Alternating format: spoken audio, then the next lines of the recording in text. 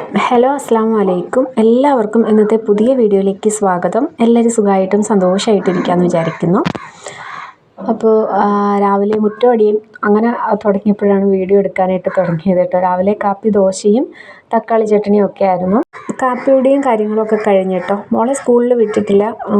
പനിയും ചെറിയ ജലദോഷമൊക്കെ ഉണ്ട്. സ്കൂളിൽ ഏതെങ്കിലും ഒരു കുട്ടിക്ക് വന്നു കഴിഞ്ഞാൽ, അല്ലെങ്കിൽ ക്ലാസ്സിൽ ഏതെങ്കിലും ഒരു കൊച്ചിന് വന്നു കഴിഞ്ഞാൽ പിന്നെ എല്ലാവർക്കും വരുമല്ലോ. 1-2 കൊച്ചുങ്ങൾക്ക് ഇങ്ങനെ ജലദോഷവും പനിയെന്നൊക്കെ അറിഞ്ഞാട്ട്. അപ്പോൾ അങ്ങനെയാണ് പിടിപെട്ടത് ആളിന്.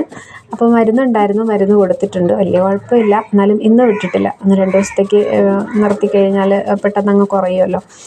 അങ്ങനെ മോളെ വിട്ടിട്ടില്ല കേട്ടോ. അപ്പോൾ കാപ്പിയൊക്കെ കൊടുത്തു. അകത്തെ കുറച്ച് പണികളൊക്കെ ഉണ്ടായിരുന്നു, പാത്രം കഴുകാനും ഒക്കെ ഉണ്ടായിരുന്നു. അതൊക്കെ ഒന്ന് സെറ്റാക്കിയിട്ട് നേരെ പുറത്തോട്ട് ഇറങ്ങി കേട്ടോ. മുറ്റം കുറേ അടിച്ചു വരാനുണ്ടായിരുന്നു. പറഞ്ഞില്ലായിരുന്നു, മുറ്റം കാറ്റൊക്കെ ആയതുകൊണ്ട് തന്നെ നമ്മളിങ്ങനെ മുറ്റമടി വളരെ കുറവാണ് കേട്ടോ. അതുകൊണ്ട് തന്നെ മുറ്റമൊക്കെ വല്ലാണ്ട് വൃത്തികേടായിട്ട് കിടക്കുകയാണ്. അപ്പോൾ കിണറിൻ്റെ വശമൊക്കെ നന്നായിട്ട് ചവറുണ്ടായിരുന്നു കേട്ടോ. അപ്പോൾ ഇന്നലെ നിന്നിട്ട് കുറേയൊക്കെ അടിച്ചു വാരി കളഞ്ഞ. ആ ഭാഗത്ത് കുറേ വലിയ ചെമ്പരത്തിയും ഒക്കെ ഉണ്ട് കേട്ടോ. പിന്നെ എന്താണെന്ന് വെച്ച് കഴിഞ്ഞാൽ മാവിൻ്റെ പൂവും അതുപോലെ ചെറിയ മാങ്ങ ഉണ്ടല്ലോ, കണ്ണിമാങ്ങയുടെ പരുവം പോലും ആയിട്ടില്ല കേട്ടോ. അങ്ങനെ മാങ്ങയൊക്കെ കുറേ പൊഴിഞ്ഞ് കിടപ്പുണ്ട് കേട്ടോ. അതൊന്നും നമ്മൾ തൂത്ത് കഴിഞ്ഞാൽ പോത്തൊന്നുമില്ല, അതുപോലെ അങ്ങ് കിടക്കത്തേ ഉള്ളൂ എന്നുള്ളത്. പറക്കി കളയാന്ന് വെച്ചാൽ അതൊരു മെനക്കെട്ട പരിപാടിയാണല്ലോ. അത് അവിടെ കിടക്കട്ടെ എന്ന് വിചാരിച്ചിട്ട് ചവറല്ല, അതായത് ഇലകളുണ്ടല്ലോ, മാവിൻ്റെ ഇലകളാട്ടോ കൂടുതലായിട്ടുള്ളത്. അപ്പോൾ ഇന്നലെയൊക്കെ കണ്ട മാനം ഉണ്ടായിരുന്നു കേട്ടോ. 2 ദിവസം കൊണ്ട് കാറ്റിന് ഒരു ശമനമായിട്ട് നിൽക്കുകയാണ്. കാറ്റില്ല എന്നല്ല, ഉണ്ട്, എന്നാലും വലിയ കുഴപ്പമില്ല എന്നുള്ള രീതിയാണ് കേട്ടോ. അതുകൊണ്ട് തൂപ്പൊക്കെ നടന്നിട്ടുണ്ട് നല്ല രീതിയിൽ. ഇത് ഫ്രണ്ട് വശമാണ് കേട്ടോ ഇപ്പോൾ അടിക്കുന്നത്. പിന്നെ കിണറിൻ്റെ വശം അടിച്ചിട്ടുണ്ട്. പിന്നെ ഇനിയും ഉണ്ടായിരുന്നു മുറ്റം അടിക്കാൻ വേണ്ടിയിട്ട്. പിന്നെ ഞാൻ നിന്നില്ല കേട്ടോ. എനിക്കും ചെറിയൊരു മോൾക്ക് പനി വന്നു കഴിഞ്ഞാൽ ഉറപ്പായിട്ടും എനിക്കും പനിയും ജലദോഷവും ഒക്കെ ആവും. അതുകൊണ്ട് തന്നെ അതിൻ്റെ ഒരു ഇതാണെന്ന് അറിയത്തില്ല. ചെറിയ തലവേദനയും ഒക്കെ ഉണ്ട്, ശരീരത്തിനും വേദനയും എല്ലാം ഉണ്ട് കേട്ടോ. അതുകൊണ്ട് തന്നെ ഞാനും വിചാരിച്ചു മുറ്റം വൈകുന്നേരം അടിക്കുക, അല്ലെങ്കിൽ അനിയത്തി അടിച്ചോളുമല്ലോ എന്ന് വിചാരിച്ചിട്ടുണ്ട്. രാവിലെ ചെറിയൊരു ചാറ്റലൊക്കെ ഉണ്ട്. ചാറ്റൽ എന്ന് പറഞ്ഞാൽ മണ്ണൊന്നും നനഞ്ഞിട്ടില്ല കേട്ടോ. എന്നാലും ഇങ്ങനെ പൊടിയത്തില്ലേ, ചെറിയ ഇങ്ങനെ മഴ പൊടിയുന്നുണ്ടായിരുന്നു. എന്നാലും ചെടികൾക്കൊന്നും നനയാൻ വേണ്ടിയിട്ടുള്ളതൊന്നുമില്ല കേട്ടോ. മണ്ണ് പോലും നനഞ്ഞിട്ടില്ല, മഴ പൊടിയുന്നു എന്ന് ഉള്ളൊരിതേ ഉള്ളായിരുന്നു. അപ്പോൾ ചെറിയ മഴക്കോളും ഉണ്ടായിരുന്നു കേട്ടോ. ചെറുതല്ല, നല്ല മഴക്കോളുണ്ടായിരുന്നു. രാവിലെ മുതൽ നല്ല മഴക്കോളുണ്ടായിരുന്നു. അപ്പോൾ മഴയ്ക്കാണോ എന്നും അറിയത്തില്ല കേട്ടോ. ചിലപ്പോൾ ഉള്ള വെള്ളമൊക്കെ വറ്റിപ്പോകാൻ വേണ്ടിയിട്ടാണോന്നും അറിയത്തില്ല. എന്നാലും ചെറിയതായിട്ടൊന്ന് പൊടിഞ്ഞിട്ടുണ്ട്. അപ്പോൾ നല്ല വെയിലും വെട്ടമൊന്നുമില്ല കേട്ടോ. നല്ല ഇരുട്ടടഞ്ഞിട്ട് നല്ല മഴക്കോളുണ്ടായിട്ട് കിടക്കുകയാണ്. അങ്ങനെ ഞാൻ പിന്നെ എൻ്റെ ചെടിക്കൊക്കെ കുറച്ച് വെള്ളം ഒഴിച്ചിട്ടുണ്ടായിരുന്നു. ഇടയ്ക്ക് ആരോ കമൻറ്റ് ഇട്ടിട്ടുണ്ട്, 1-2 പേരിങ്ങനെ പറഞ്ഞിട്ടുണ്ടായിരുന്നു കേട്ടോ, ഗാർഡൻ വീഡിയോ ഒക്കെ കാണിക്കണമെന്ന്. നമ്മുടെ വീട്ടിൽ അതിനു വേണ്ടി ചെടികളൊന്നുമില്ല കേട്ടോ. മുന്നേ ഉണ്ടായിരുന്നു, ഇഷ്ടംപോലെ ചെടികളുണ്ടായിരുന്നു കേട്ടോ. മൊത്തം വരവിൻ്റെ മേടിച്ച് വെക്കുന്ന ചെടികളും ഒക്കെ ഉണ്ടായിരുന്നു. റോസയായിരുന്നു കേട്ടോ കൂടുതൽ, പല വെറൈറ്റി കളറിൻ്റെ റോസയും അതുപോലെ ചെമ്പരത്തിയും ഒരുപാട് വെറൈറ്റി ഉണ്ടായിരുന്നു.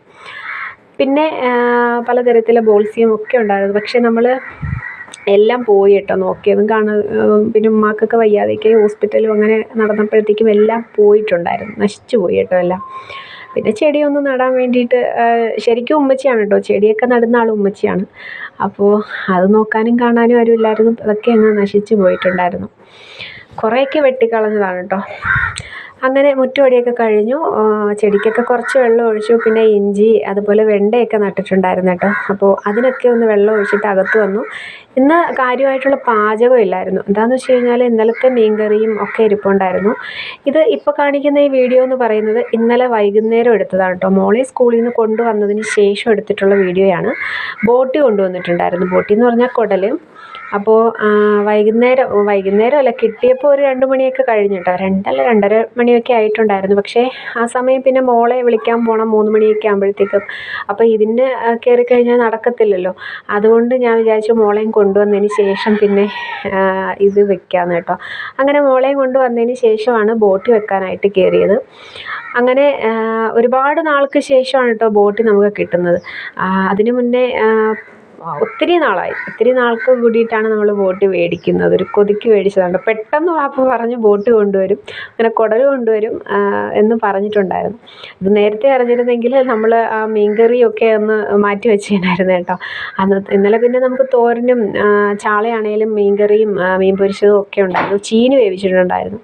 അതൊക്കെ കൊണ്ട് തന്നെ ഇന്ന് ഒരുപാട് കറികൾ ബാക്കിയുണ്ട്. അപ്പോൾ തനി നാടൻ രീതിയിൽ നല്ല രീതിയിൽ നമുക്ക് നമ്മുടെ ബോട്ടി ഒന്ന് റോസ്റ്റ് പോലെയൊക്കെ ആക്കിയെടുക്കാം കേട്ടോ. ചാറായിട്ടല്ല വെക്കുന്നത്.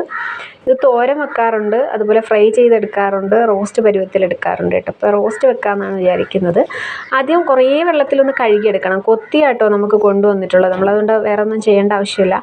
അത് നന്നായിട്ടൊന്ന് കഴുകിയെടുത്ത് കുക്കറിലോട്ടിട്ട് വേവിക്കണം കേട്ടോ. അല്ലാണ്ട് തുറന്ന് വെച്ച് വേവിച്ച് കഴിഞ്ഞാൽ നമുക്ക് ഇന്ന് കഴിക്കേണ്ടത് തലേന്ന് തന്നെ വേവിച്ചെടുക്കേണ്ട ഒരവസ്ഥ വരും. അതുകൊണ്ട് കുക്കറിൽ കുറച്ച് മഞ്ഞൾപ്പൊടിയും കുറച്ച് ഉപ്പും കൂടെയൊക്കെ ഇട്ടിട്ട് വെള്ളം ഒഴിക്കാതെ വേവിച്ചെടുക്കണം കേട്ടോ.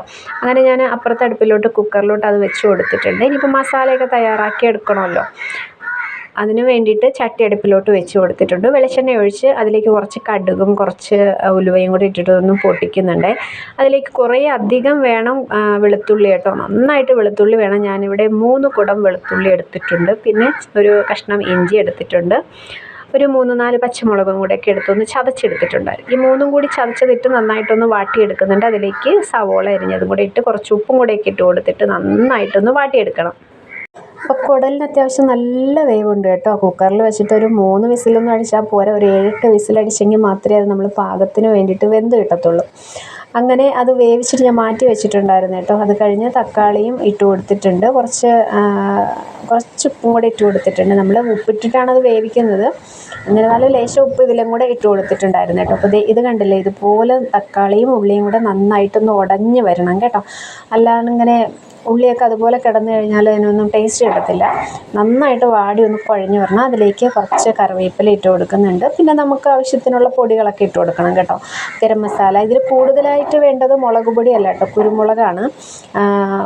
കുരുമുളകിൻ്റെ ഇതാണ് വേണ്ടത് കേട്ടോ. എരിവാണ് ബോട്ടി വെക്കുമ്പോഴത്തേക്കും വേണ്ടത്. നന്നായിട്ട് കുരുമുളകിൻ്റെ പൊടിയാണ് വേണ്ടത്.